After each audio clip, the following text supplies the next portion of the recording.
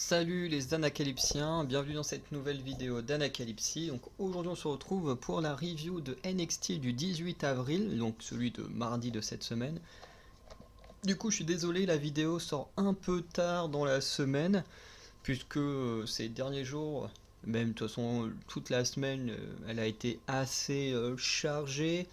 J'ai eu d'autres programmes à rattraper ce vendredi, donc du coup j'ai rattrapé NXT que le samedi. Voilà, et puis entre deux, comme j'avais beaucoup de fatigue et de travail à faire, et bah du coup, voilà, l'enregistrement de cette vidéo se fait assez tard. La vidéo sortira sûrement un peu tard, mais au moins elle est faite, enfin elle sera faite. Vous, de toute façon, sinon vous pourriez pas la voir, hein. Mais voilà, je m'excuse d'avance pour ce retard et j'espère que la vidéo vous plaira quand même. En tout cas, le show commence avec un match de championnat entre Gallus, Rip et Fowler de... Non, non, plus Rip Fowler, je crois que c'est la même personne. Rip Fowler et Jagger Reed du Schism et les Creed Brothers pour les ceintures par équipe. Alors l'épisode commence sur une baston entre tout le monde jusqu'à ce que le match commence.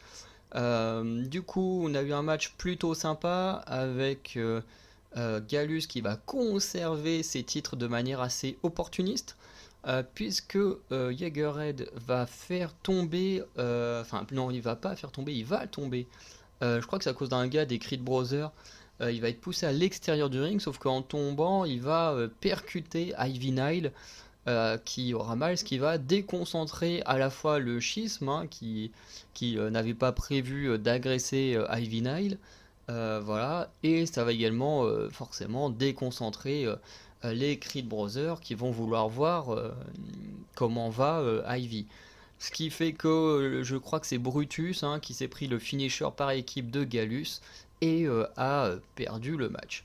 Bref, un match par équipe plutôt sympa. Alors je vous avoue que toutes les bastons générales comme ça, moi honnêtement je suis pas fan de ce genre de segment. Je sais que d'autres youtubeurs aiment beaucoup ça. En tout cas moi c'est pas quelque chose que je raffole. En tout cas après le match en lui-même il était plutôt cool. Franchement il n'y a pas grand chose à dire dessus. On a eu des beaux moments. Euh, voilà. Juste faire un petit lien avec le roster principal où je suis content que ici à NXT on cherche pas à faire des Fatal 4-way par équipe ou ce genre de merde où après la stipulation n'a plus aucun sens. Là on a trois équipes, à chaque fois il y a trois combattants dans le ring et c'est super. Faut que ça reste comme ça, faut pas que NXT part dans les mauvais travers du roster principal. Ensuite, on a enfin eu Noam Dar dans le ring face à Miles Bourne, donc un gars qui est souvent à level up, enfin du moins quand il apparaît, soit c'est à level up, soit c'est pour affronter les nouveaux arrivants à NXT, même si certains d'entre eux sont des anciens d'NXT UK, bref. Noam Dar va l'emporter sur une sorte de running kick qui était plutôt sympa.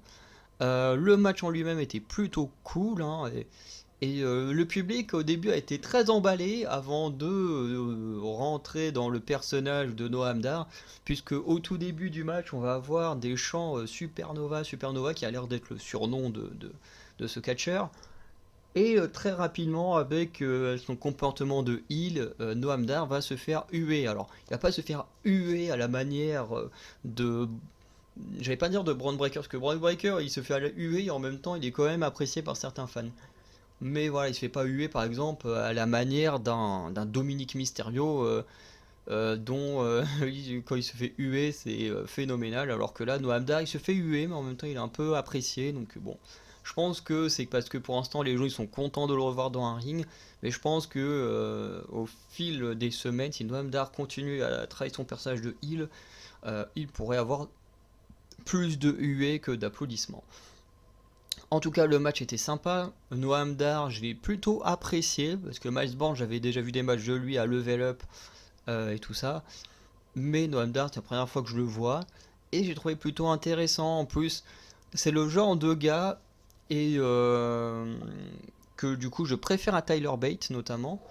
Parce que Tyler Bate, il va faire des genres de feintes un peu comme Cody Rhodes, mais que je trouve ridicules. Dans le sens où ce sont censés être des personnages assez forts, et tout, et les feintes qu'ils font, elles sont assez ridicules. Je veux dire, le coup, par exemple, Tyler Bate, où je lève mon poing en l'air et puis je te fous une droite avec mon autre poing, et que le catcher il est assez con pour regarder le poing en l'air. Bref, quand tu connais le gars, tu connais le truc. Enfin bref, je trouve ça un peu ridicule. Le truc de Cody Rhodes qui se jette par terre pour mettre une droite quand il est au sol. Puis t'as l'autre quand il reçoit le coup de poing qui fait un vieux saut en l'air. Bref, c'est ridicule parce que au sol, tu lèves ton poing pour frapper quelqu'un, t'as pas autant de force que quand t'es debout. Enfin bref, c'est des genres de moves qui sont là, qui sont plutôt drôles, mais que voilà, je trouve pas hyper cool. Il y a un petit côté feinte, petit côté comique, et honnêtement, moi, qui me plaît pas du tout. Alors qu'avec Noam Dar, il va faire des feintes, mais qui sont vraiment très cool. Je crois qu'à un moment, il feinte en mode je vais mettre un coup de genou, et puis finalement, il part sur une droite. Et je préfère largement ce genre de truc. Son personnage, il est comme ça à plusieurs reprises. Il fait des feintes comme ça en mode tac, je vais faire tel truc. Finalement, il fait autre chose. Et je trouve ça cool parce que c'est jamais ridicule, c'est jamais comique, c'est juste une sorte de stratégie de combat que je trouve hyper intéressante. Et je pense que Noah Abdar, s'il est très bien travaillé, ça peut être un catcheur que j'apprécierais énormément. Un peu plus tard, on a Odyssey Jones qui vient au ring, sûrement pour un match, ou on ne sait pas, mais il va se prendre un violent spear de Braun Breaker, ce qui du coup va tout annuler, et Braun Breaker va trash talk le Chase You, Carmelo Hayes notamment, jusqu'à ce que Duke Hudson vienne dans le public pour répondre à Braun Breaker. Les deux vont avoir une sorte de confrontation à distance. Et du coup, Braun Breaker va finir par se retourner à la caméra pour annoncer la fin de Chase You à NXT Spring Breaking. Voilà, Braun Breaker veut absolument défoncer la Chase University. On sait pas trop pourquoi. En plus, je crois qu'ils ont déjà fait équipe dans un match, si je dis pas de bêtises. Avant que Tyler il fasse équipe avec le Chase You, je me demande si Braun Breaker n'avait pas déjà fait un match avec eux. Mais ma mémoire est peut-être un peu défaillante parce que ça doit remonter un moment si ça a été fait. Bref, en tout cas, Braun Breaker, il est excellent dans son personnage. Et comme je disais là juste avant par rapport à Noam Dar, c'est que quand il a fait ça, quand il a attaqué Odyssey Jones, il a reçu des huées, mais en même temps, il y avait quand même des gens qui aboyaient, entre guillemets, hein, qui imitaient le chien, ce que font les gens en général quand Braun Breaker fait son entrée à l'époque où il était face. Et là, t'as quand même des gens qui continuent de faire ça, donc qui continuent de soutenir Braun Breaker, un peu comme Roman Reigns, hein, qui est toujours soutenu par beaucoup de gens dans le public, malgré son rôle de heel. Bref. En tout cas, prochainement, Braun Breaker va affronter la Chase University. Ensuite, on a un match entre Roxanne Perez et Zoe Stark, avec une victoire de Roxanne Perez qui va réussir à placer son Pop Rocks dans le coin du ring, dans une esquive. C'était hyper beau à voir, puisqu'elle est envoyée dans le coin. Elle arrive à attendre que Zoe Stark lui fonce dessus, elle a fait une esquive, elle se retourne en même temps, elle envoie le Pop Rocks quasiment aussitôt. Enfin bref, l'exécution du finisher est juste géniale. Et victoire de Roxanne Perez, voilà, qui s'était fait un peu rabaissé par Zoe Stark la semaine dernière et qui du coup prend sa revanche cette semaine dans un match. Et le match, franchement, il était vraiment très bon. Le finish, il est parfait, il est clean. Bref, j'ai trouvé que c'était vraiment pas mal, hein.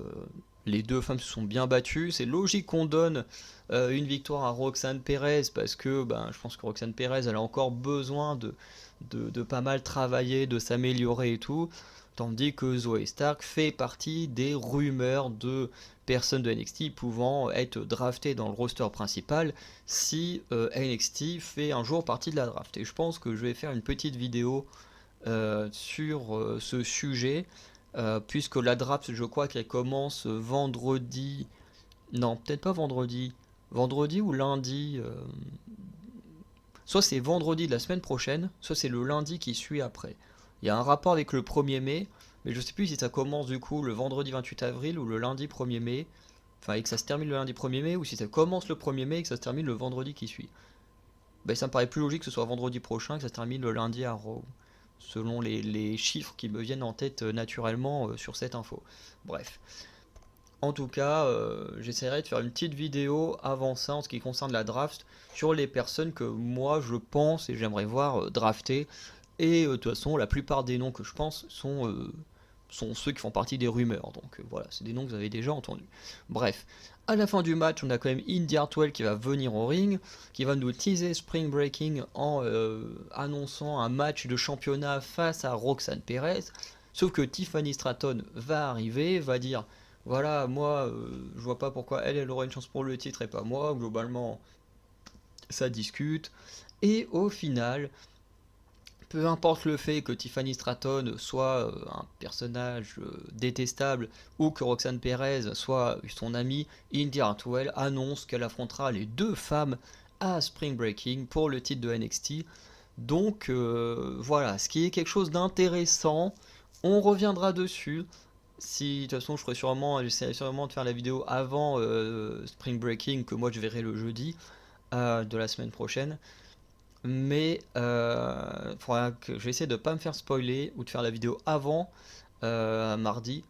euh, Parce que si Indy Hartwell perd le titre, ça peut être un signe qu'elle va partir dans le roster principal. Si elle perd pas le titre, ouais, forcément ils vont pas foutre la championne d'NXT dans le roster principal. Mais voilà, on verra tout ça. En tout cas, j'ai hâte de voir ce match à 3. Ensuite, match entre deux des femmes que j'aime le plus à NXT, Gigi Dolin face à Cora Jade, donc Cora Jade ma favorite, qui est enfin de retour sur le ring, parce que bon, la semaine dernière ou il y a 2 semaines, elle est juste venue parler, au moins maintenant elle est vraiment là, dans un match qui était plutôt cool. Voilà, c'est peut-être pas le meilleur match que j'ai eu de Gigi Dolin, j'avais l'impression qu'elle était pas spécialement à fond. Je crois que je l'ai vu faire des meilleurs perfs que ça, Gigi Dolin. Après Cora Jade ça allait, bon après elle vient de faire son retour mais je trouvais que ça allait quand même.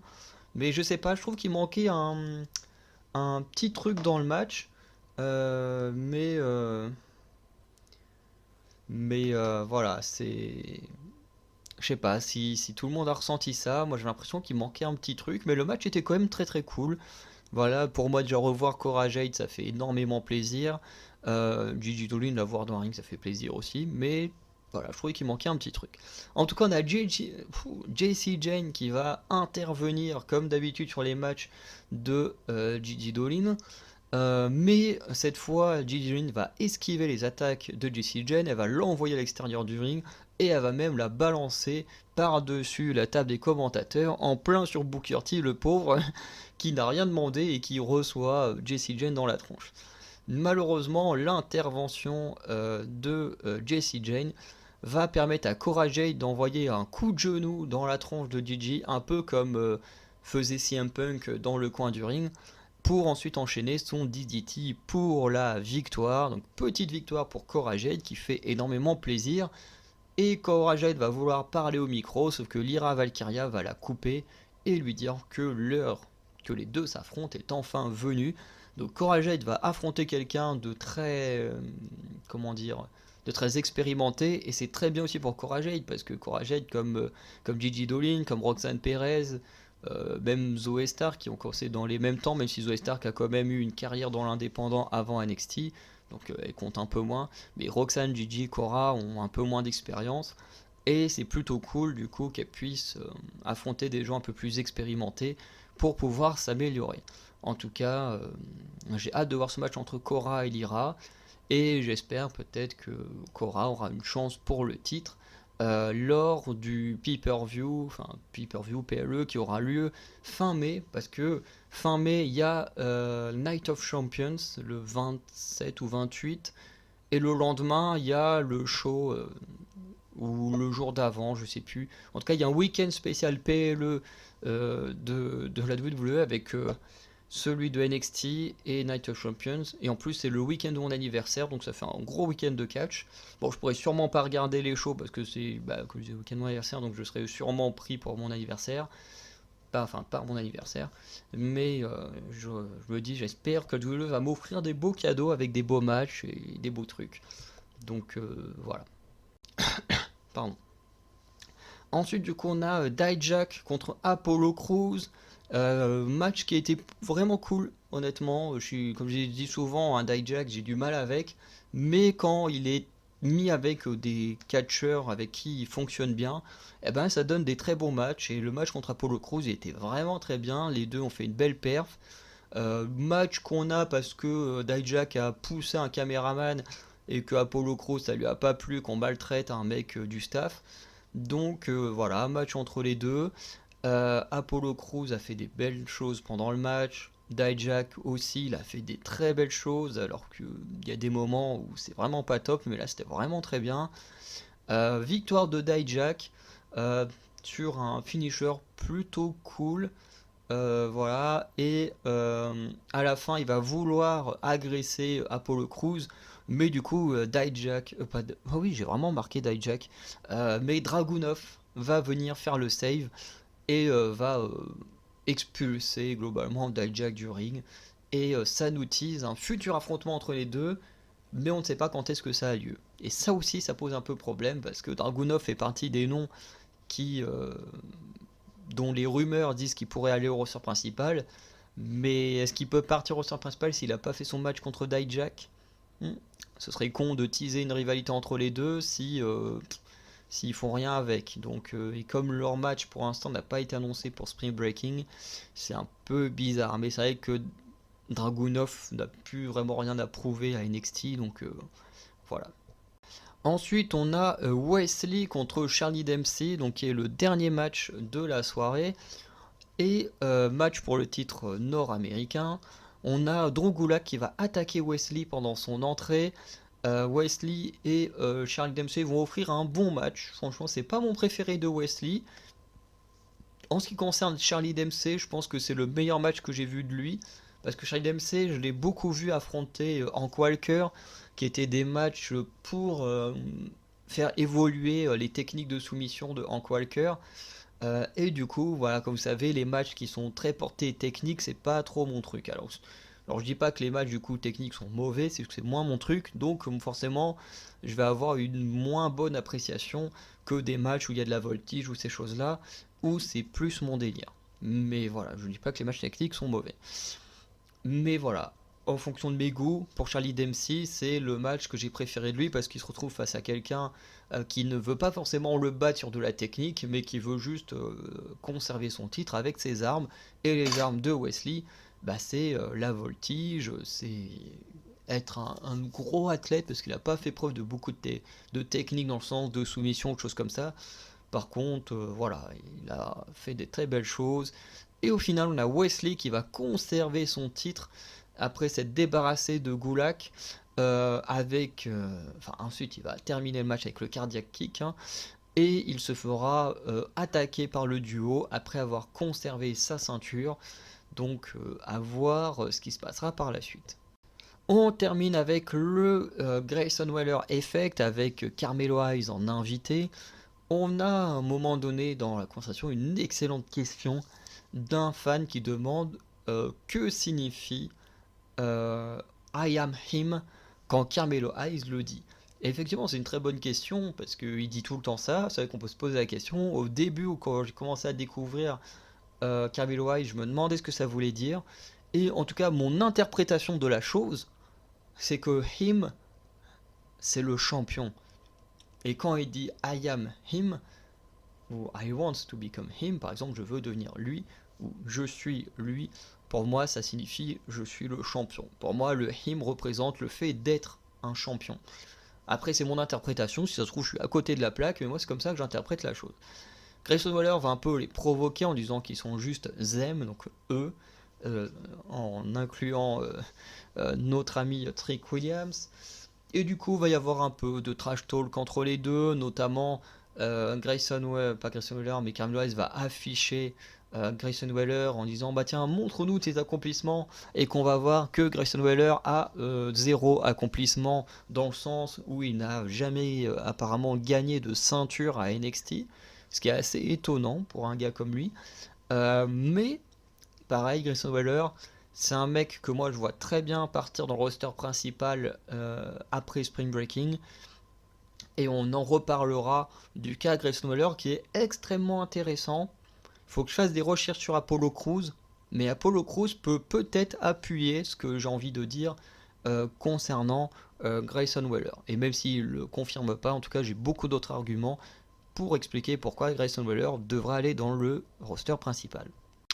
On va donc conclure, et avant on a la preview de Spring Breaking, donc les quelques matchs annoncés, donc clairement ils sont pas tous annoncés, il en manque, hein, mais on a déjà 3-4 matchs d'annoncés. Donc on a Indy Hartwell contre Roxanne Perez contre Tiffany Stratton pour le titre de NXT, ça j'ai très envie de le voir, et ça va plus ou moins déterminer, je pense, la place de Indy Hartwell dans la compagnie. Ensuite on a un match entre Bron Breakker et Andre Chase, ça j'ai assez hâte de le voir aussi. On a un match entre Fallon Henley et Briggs contre Kiana James et Jensen. Voilà, c'est un match qui peut être très intéressant à voir. C'est vrai que Jensen a beaucoup changé depuis la semaine dernière. Et j'ai hâte de continuer à voir l'évolution de ces quatre-là, de leur histoire surtout. Parce qu'on sait que Kiana James c'est très bon dans le ring, Briggs et Jensen c'est très bon dans le ring, bon Fallon Henley un petit peu moins, mais l'histoire est quand même plutôt cool à suivre, donc voilà. On a un match entre Lyra Valkyra et Cora Jade, et un match entre Tony D'Angelo et Stax contre les Pretty Deadly, donc il y a une sorte de stipulation, mais j'ai oublié de la noter, parce que de toute façon je comprenais pas ce qui est signifié, donc voilà, ça servait à rien de le noter si c'était pour juste le dire sans donner d'informations dessus. Bref. En tout cas, j'ai beaucoup aimé cet épisode de NXT, c'est passé de très belles choses. Voilà, j'ai beaucoup aimé revoir Cora Jade dans le ring. J'ai été très satisfait de la performance de Dijak, là où parfois ça pêche un peu. Charlie Dempsey, j'ai trouvé que, à mes yeux, c'était sa meilleure performance parce que pour une fois, je le voyais pas contre quelqu'un de technique. Voilà, j'ai beaucoup aimé le petit affrontement verbal entre Bron Breakker et Duke Hudson, et même celui entre Carmelo Hayes et Grayson Waller était vraiment cool. Les débuts entre guillemets de Noam Dar étaient vraiment très cool aussi, et j'ai très hâte de voir ce qu'il pourra donner contre des catcheurs très expérimentés. Franchement, ça peut donner de très bonnes choses dans le ring, donc franchement un très bon épisode. Voilà, j'ai hâte de voir la suite. Du coup, dites-moi dans les commentaires ce que vous avez pensé de cet épisode de NXT. Donc, il sortira très certainement le dimanche, vu l'heure qu'il est, le temps que je fasse le montage, tout ça. Je le sortirai le dimanche matin, je pense. Donc, voilà, je ferai en sorte quand même d'éviter trop de retard sur les prochaines vidéos.